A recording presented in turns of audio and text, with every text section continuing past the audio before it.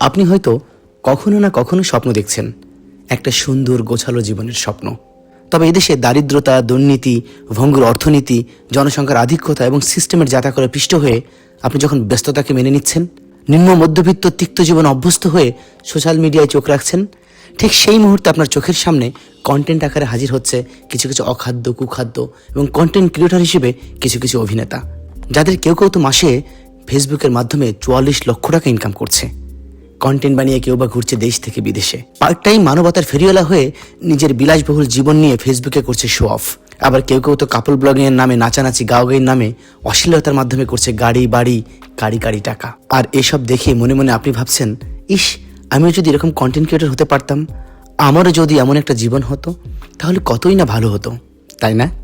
কিন্তু বাস্তবতা কি আদেও তাই?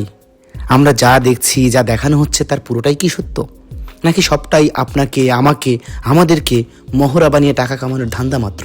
আজকে আপনাদেরকে সাথে নিয়ে জানবার চেষ্টা করব ইনফ্লুয়েন্সার নামের কালো বিড়াল কাহিনীর পর্দার আড়ালের গল্প। আমাদের অতি পরিচিত একটা শব্দ ইনফ্লুয়েন্সার, যার বাংলা আবিধানিক অর্থ দাঁড়ায় যে প্রভাবিত করে বা যে অনুপ্রাণিত করে। তবে বর্তমান সময়ে আপনি যদি সোশ্যাল মিডিয়ায় নিয়মিত একজন হয়ে থাকেন, তবে এই ইনফ্লুয়েন্সার শব্দের আলাদা একটা অর্থ খুঁজে পাবেন, আর সেটার অর্থ হচ্ছে অনুপ্রেরণার আরেক নাম, বিল্লাল ভাই, যিনি কবিতার মতো ছন্দ বানিয়ে ইনকাম করেছেন লাখ লাখ টাকা। এখন প্রশ্ন আসতে পারে, কিভাবে সম্ভব এভাবে কাল্পনিক ছন্দ বানিয়ে লক্ষ লক্ষ টাকা ইনকাম করা? Hold on a second. মানুষের স্বপ্ন, আবেগ, দুর্বলতাকে লক্ষ্য করে একই কথা, একই সংলাপ এবং একই নাটকীয়তায় জীবন বদলে ফেলুন বন্ধুরা, সফলতা আসবেই, লক্ষ্য ঠিক রাখুন, এই সব অতিরঞ্জিত মোটিভেশনাল বাক্য তার সাথে সফলতার গল্প হিসেবে যুক্ত করেছে ইনকাম করার লাখ লাখ টাকার গল্প। ব্যাস, হয়ে গেল প্রতারণার এক অভিনব ফাঁদ, যে ফাঁদে আটকা পড়েছে এদেশের 84% স্বপ্নবাজ তরুণ তরুণীদের একটা বিশাল অংশ। অবাক করার বিষয় কি জানেন? অল্প সময়ে অধিক টাকা ইনকামের লোভে কেউ কেউ তো নিজের চাকরি ছেড়ে ঝুঁকে পড়েছেন এই কন্টেন্ট ক্রিয়েশনের ফাঁদে। আবার কেউ সফলতার মূলমন্ত্র হিসেবে 100 টাকার বই কিনছেন 1000 টাকা দিয়ে। কিন্তু প্রশ্ন থেকেই যায়, এত কিছু করার পরেও কি তারা আদৌ সফল হচ্ছে? এই যে দেখুন, রিপন ভিডিও, বাংলাদেশের একজন জনপ্রিয় কন্টেন্ট ক্রিয়েটর, যিনি তার সাদামাটা জীবনযাপন দিয়ে দর্শকদের মন জয় করেছেন, যার ভিডিওতে জীবনের সরলতা কিংবা অল্পতে তুষ্ট হবার ব্যাপারটা থেকেই থাকে। তার এই জনপ্রিয়তা ছাড়িয়ে গিয়েছে শহরের বড় বড় কন্টেন্ট ক্রিয়েটরদেরকে। কিন্তু আপনি কখনো ভেবে দেখেছেন কিনা জানি না, হঠাৎ করে রিপন মিয়া কেন এত বেশি পরিণত, কেন এত বেশি জনপ্রিয় উঠেছেন? আমরা যে মানুষটার সরলতা, হাস্যরস ও নির্ভেজাল বাচন ভঙ্গি দেখে মুগ্ধ হই, তার পিছনে কি কিছু আছে? তা না হলে কিভাবে কি? উত্তরটা একেবারেই সহজ। Everything happens for a reason. তার এই পরিণত কন্টেন্টের মূলে একটা টিম, স্ক্রিপ্ট, ব্র্যান্ড ডিল এবং একজন ভালো ব্যক্তিত্বের মুখোশ। এই যে যেমন কদিন আগে দেখলাম, সেই পরিবারকে গোপন রেখে সরলতার সুযোগ নিয়ে প্রচুর মিথ্যা কথা বলে বেরিয়েছে। সত্যটা এটাই, রিপন মিয়ার এসব ভিডিও দেখে আমরা এতটুকু বুঝতে পারি, পর্দার সকল কিছুই সত্য নয়। এই ধরুন তৌহিদ আফ্রিদি, আকাশচুম্বী জনপ্রিয়তা, রেগুলার দামি দামি গাড়ি কেনা, বিলাসবহুল লাইফস্টাইল, সব ব্লগিং ভিডিও তৈরি, কখনো কখনো বন্যার্তদের জন্য ত্রাণ বিতরণ, আবার সেই ত্রাণের জন্য সাহায্যের নামে টাকা উত্তোলন, এসব করে বেশ পরিচিত পাই এই কন্টেন্ট ক্রিয়েটর। অনেকে তাকে মানবতার ফেরিওয়ালা ভেবে তাকে মাথায় তুলে রাখেন, আবার অনেকেই নিজের ইন্সপায়ারেশন মনে করেন। কিন্তু সেই সহানুভূতিশীল চরিত্রের আড়ালে লুকিয়েছিল এক ভয়ঙ্কর বাস্তবতা। 24 জুলাইয়ের আন্দোলনকে প্রশ্নবিদ্ধ করতে তৌহিদ আফ্রিদির নীল নকশা কারোর অজানা নয়। টাকার বিনিময়ে একাধিক কন্টেন্ট ক্রিয়েটরদেরকে তিনি এই আন্দোলনের বিপক্ষে কন্টেন্ট বানাতে উৎসাহিত করেন। রাগের মাথায় বেল্ট দিয়ে পেটানো ছিল আফ্রিদির নিয়মিত। আবার কয়েকজনকে তো পেটানো কিংবা জীবননাশের হুমকি দেবার তথ্যও পাওয়া যায় তার বিরুদ্ধে। জুলাই গণহত্যা মামলার আসামি আফ্রিদির চরিত্রের কালো দিক এক এক করে বেরিয়ে আসতে শুরু করে। এই যে রাফসান্দা ছোট ভাই, তার কন্টেন্ট বা ফুড ব্লগিং দেখে আপনিও হয়তো চিন্তা করছেন ফুড ব্লগিং করবেন। 2024 সালে সোশ্যাল মিডিয়ার অন্যতম টপিক ছিল রাফসান্দা ছোট ভাইয়ের বাবার ঋণ খেলাপি। বাবার ঋণের টাকা মাথায় রেখে সে আউডি গাড়ি কিনে সারপ্রাইজ দেয়। শুধু দিয়েই শান্ত হয়নি, সেটা দিয়ে সে ব্লগ তৈরি করে সোশ্যাল মিডিয়াতে পোস্ট করে। সোশ্যাল মিডিয়াতে এরা দেশ ও পরিবারের প্রতি কতই না ভালোবাসা প্রকাশ করে, কিন্তু দেখেন তার বাবাই দেশের টাকা মেরে দিচ্ছেন। এবার ভাবুন তো, বাস্তবের সাথে সোশ্যাল মিডিয়া কতটা সামঞ্জস্যপূর্ণ। 10 টাকার টিপ পাবার কথা মনে আছে? শুদ্ধ সুন্দর বাংলা ভাষায় গুছিয়ে কথা বলা, কখনো প্রেমের সংজ্ঞা তুলে ধরা, আবার কখনো ছেলেদের মানসিক শান্তির কারণ হতে চাওয়া। আবার লাইভ পার্টনার 10 টাকার টিপ কিনে দিলেই তিনি খুশি হবেন, এরকম মুখরোচক পাবলিসিটি করে সামাজিক মাধ্যমে হঠাৎ করে বেশ আলোচনায় আসেন জয়িতা আশরাফ। তারপর থেকেই অনেক ছেলের কাছে তিনি হয়ে ওঠেন ওয়াইফ ম্যাটেরিয়াল।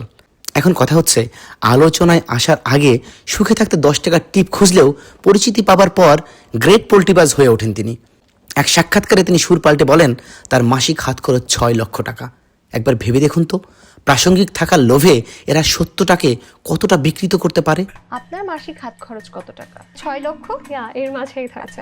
আর অনেকেই বোকার মতো এদের কথা বিশ্বাস করে এদেরকে মাথায় তুলে নাচে, এমনকি আইডল ভাবতে শুরু করে। কিন্তু মজার কথা হচ্ছে এরা কিন্তু এদের মিশনে সফল। কারণ জয়িতা আশরাফের মতো ছেলেমেয়েরা সোশ্যাল মিডিয়ার এই অ্যালগরিদম খুব ভালোভাবে জেনে বুঝেই এই ভিউ বাণিজ্য মেতেছেন। তারা ভালো করেই জানেন এই হাসি, কান্না, মিথ্যা অভিনয় কিংবা লোক দেখানো ঠাটবাট সবই আলোচনায় থাকার ডেইরা পয়েন্টস। এবার চলুন ইনফ্লুয়েন্সারদের থেকে চোখ সরিয়ে আমাদের দেশের তথাকথিত ফেসবুক সেলিব্রিটিদের দিকে তাকানো যাক। বর্তমান সময়ে সোশ্যাল মিডিয়া ব্যবহার করেন, কিন্তু রিয়া চাচি, হিরু চাচা, টোকাই মামুন্না, লায়লা মাতারি এদেরকে চেনেন না এমন মানুষ পাওয়া বেশ দুষ্কর। আমাদের চাওয়া কিংবা না চাওয়া সত্ত্বেও এই প্রাণীগুলোকে আমাদের নিউজ ফিডে দেখতে পাওয়া যায়।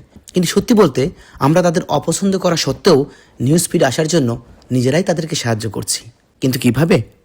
সেক্ষেত্রে আবারও একটু হিরো আলমের কাছে যাই, যিনি কখনো ছবি করেন, কখনো বেসুরো গলায় রবীন্দ্রসঙ্গীতের পোস্টমর্টেম করেন, কিংবা রাজনীতির মাঠে সিংহের মতো গর্জন দিয়ে বিড়ালের মতো মার খান, অথবা বিয়ে আর ডিভোর্সের খেলায় পাগলা হয়ে নিজেকে হাইপে রাখেন।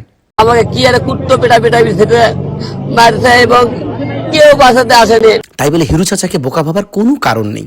সে কিন্তু ঠিকই জানে কিভাবে দুদিন পর পর পজিটিভ কিংবা নেগেটিভ কাজ করে কিভাবে অ্যালগরিদমের সাথে খেলা খেলতে হয়। আর এভাবেই তিনি লাজ লজ্জা বিসর্জন দিয়ে দুপাশে 2 কেতর নিচে কয়েকটা বালিকা নিয়ে সারাক্ষণ স্পটলাইটে থাকেন। এদিকে চুলে রং করা রঙিন লেজওয়ালা মামুন কি করে থাকতে পারবেন আলিফ লায়লাকে ছাড়া থাকতে? ভাইরাল হওয়া কিংবা টাকা ইনকামের জন্য মানুষ কতটা নির্লজ্জ হতে পারে, কতটা নিচে নামতে পারে, তার জঘন্যতম উদাহরণ হতে পারে এই জুটি। একটা দুইটা মামলা না, 5টা মামলা করছে এই মহিলা আমার নামে, মানে 5টা মামলা করছে। শুধুমাত্র এরাই যে এই কদাকার অসুস্থ প্রতিযোগিতায় মেতেছে তা কিন্তু নয়। মোবাইল হাতে নিলেই চোখে পড়ে অসংখ্য ছেলেমেয়েরা অর্থাৎ কন্টেন্ট ক্রিয়েটরদের একটা বিশাল অংশ এসব কুরুচিপূর্ণ কন্টেন্ট তৈরিতে মেতেছে। ক্রিঞ্জ এবং বিতর্কিত কন্টেন্ট দেখে আমরা অনেকেই লাইক করি, কমেন্ট করি, এমনকি গালাগালিও করি, কিন্তু আমরা নিজেরাও জানি না আমরা এই গালাগালি, কমেন্ট অথবা শেয়ার করে তাদেরকে হেল্প করছি। ফেসবুকের অ্যালগরিদমটা এমনভাবে সিস্টেম করা হয়েছে যে কোনো ভিডিও নেগেটিভ বা পজিটিভ সেটা সে ডিটেক্ট করতে পারে না। কেবল সে ডিটেক্ট করতে পারে সেটাই যেটা তার রিয়াকশন আছে, অর্থাৎ ভিডিওতে মানুষের রিয়্যাক্ট, লাইক, কমেন্ট, শেয়ার এইগুলো মাত্রই শুধুমাত্র অ্যালগরিদম ক্যাচ করতে পারে। এবং ক্যাচ করার সাথে সাথেই এই কন্টেন্টগুলোকে জনপ্রিয় ভেবে ফেসবুক আরও বেশি প্রমোশন করে দেয়।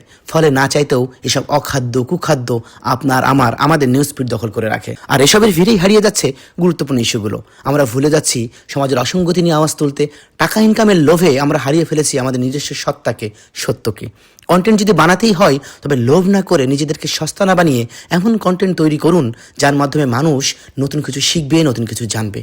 আজ এ পর্যন্তই। ভিডিওটি ভালো লাগলে লাইক, কমেন্ট, শেয়ার করে অন্যকে দেখার সুযোগ করে দিন। দেখা হবে পরবর্তী কোনো ভিডিওতে। সবাই ভালো থাকবেন। আসসালামু আলাইকুম।